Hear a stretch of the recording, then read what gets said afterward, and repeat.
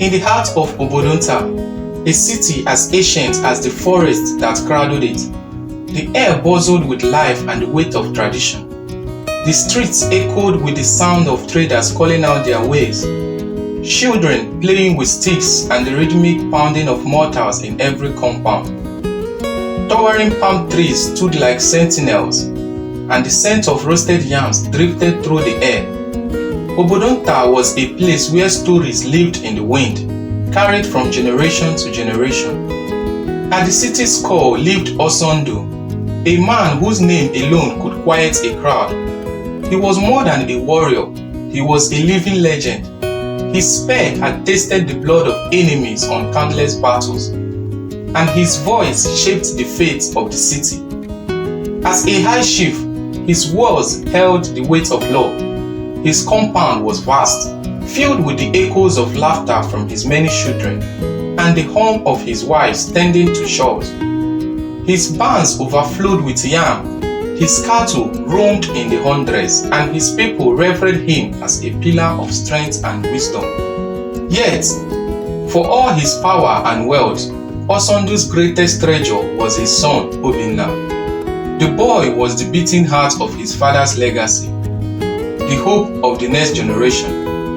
Osondu saw in him a reflection of himself, strong, fearless, and destined for greatness. But fate, like an unseen snake, lay coiled and waiting to strike. One morning, tragedy slithered into their lives. Obinna collapsed in the courtyard, sweat pouring from his body like rain. His skin burned to the touch, and his breath became shallow. Panic spread like wildfire through the household. Servants ran in all directions, calling for healers and priests. The boy's siblings huddled together, their innocent eyes wide with fear, and for the first time, the mighty Osondu felt powerless. Osondu, who had faced death on the battlefield without flinching, now trembled like a leaf in the harmattan wind. He paced the length of his compound, his heart pounding like war drums, watching helplessly as his son's life slipped away. Obinna's free body lay on a woven mat, his chest rising and falling like a dying ember. The city's finest herbalists gathered, their hands skillfully crushing leaves and roots into potent mixtures. They brewed concoction in clay pots, whispering ancient prayers as steam rose into the sky. The diviners, adorned with cowrie shells and feathers, cast their lots, their eyes darting back and forth as they read the cryptic patterns. The priests of Amadioha, the god of thunder and justice, adorned their bodies in white chalk and danced around sacred flames, calling upon the heavens to spare the boy. But as the days turned to nights and the nights to days, Obinna only grew weaker. Desperation drove Osondu to action. He gathered the best offerings he could find, baskets overflowing with kola nuts, goats fattened to perfection, and cows with sleek, glossy hides. He led a procession to the towering shrine of Amadioha, a place where centuries of sacrifices had been made, and the air felt heavy with unseen forces. Dike, the high priest, stood before the massive statue of the thunder god, his body glistening with oil, his voice echoing through the sacred glow as he chanted ancient incantations. The crowd fell silent, watching as the priest lifted his arms to the sky. The gods demand more, Dike declared, his voice low and ominous. A greater sacrifice is needed. Osondu's chest tightened. What more can I give? He asked. Dike's eye gleamed like obsidian. A human sacrifice, a life for a life. The words fell like a thunderclap. The crowd gasped, mothers clutching their children, men exchanging uneasy glances. Osondu's hands coiled into fists, the veins in his arms bulging like twisted roots. He had given wealth, land, and the blood of animals, but to take a human life, to stain his hands with innocent blood, No, he growled, his voice a storm. I will find another way. Ignoring Dike's warnings of divine wrath, Osondu turned back to his compound. But as he stepped through the gate, his rage dissolved into despair. Obinna's body lay still, his breath barely audible, and Osondu, the man who had never lost a battle, sank to his knees in defeat. That night, as Osondu sat by his son's mat, watching the slow rise and fall of the boy's chest, a shadow appeared at the entrance of his hut. Osondu, a voice called. Startled, he turned to see an old man dressed in a simple robe, his eyes sharp yet kind. Chibuzo, the stranger, introduced himself. You are troubled, great chief, Chibuzo said. Osondu scoffed.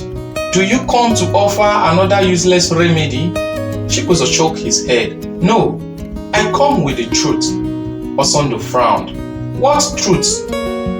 You have placed your trust in gods that have no life, Chibuzo said. But there is one who holds the power of life and death. His name is Chukwu Okike, the great creator. Osondu's face darkened. Blasphemy! The gods of our fathers have sustained us for generations. Then where are they now? Chibuzo asked. Why has your son not been healed? Why have all your sacrifices been in vain? Osondu's breath caught in his throat. His hands trembled, but he masked his fear with anger. Leave before I have you punished. But before he could rise, a mighty wind swept through the hut. The fire in the clay lamp was extinguished, yet the room was filled with a bright, blinding light. Then came a voice, thunderous yet gentle. Osondu, why do you fight against me? Osondu fell to his knees, his heart pounding like war drums. Who are you? I am Chukwu Okike, the one true God. You have served the gods of stone and wood, but I am the giver of life. If you believe in me, your son will live. Tears ran down Osondu's face. What must I do? Destroy the idols in your home. Turn away from the false gods. Follow me, and I will show you the path of truth. The light faded, the wind ceased, and all was silent. His warriors and wives ran into the hut, asking what had happened, but he said nothing. Instead, he walked to the shrine in his compound, where idols of Amadioha stood tall. With a deep breath, he grabbed a staff and smashed them to the ground. Gasps filled the air. Father, cried one of his wives, the gods will curse us, but Osondu did not stop. He burned the wooden caverns, destroyed the shams tied to his doors, and cast away the beasts he had worn since childhood. Then he turned and looked at Obinna. For the first time in weeks, the boy sat up, his eyes clear, his skin no longer burning with fever. He is healed, someone shouted. The news spread like wildfire. Many mocked Osondu, calling him a fool for abandoning the gods. Others feared him, believing he had gone mad. But some, those who saw the miracle, followed him to learn about Chukwu Okike. Osondu, the warrior who had once conquered lands and commanded armies, now became a messenger of hope. The transformation in his heart burned brighter than any fire. He traveled to neighboring villages, his once imposing presence softened by humility, yet carrying an undeniable strength. He spoke not of his victories in war, but of his defeats before pride and false gods. He shared the story of his son's miraculous healing and the voice of Chukwu Okike that had shattered his world. In village squares and market stores, under the shades of ancient trees, people gathered to listen. Children clung to their mothers' wrappers, wide-eyed as he recounted the blinding light that filled his heart. Power and wealth cannot save a man, he would say, his voice steady and resolute. Only the truth can. Some believed and abandoned their idols, burning them as Osondu had burned his own. Others mocked him, calling him a fool who had lost his mind. And some, driven by fear or loyalty to the old ways, plotted against him.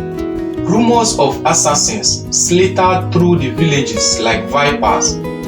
Warriors loyal to the old gods waited in the shadows, their blades hungry for Osondu's blood. Yet he pressed on. He had once fought for glory, but now he fought for something greater, the liberation of his people's souls. His name, once feared for war, became respected for wisdom. And thus, Osondu's transformation became a legend, passed from generation to generation, a beacon of hope that shone brighter with every telling.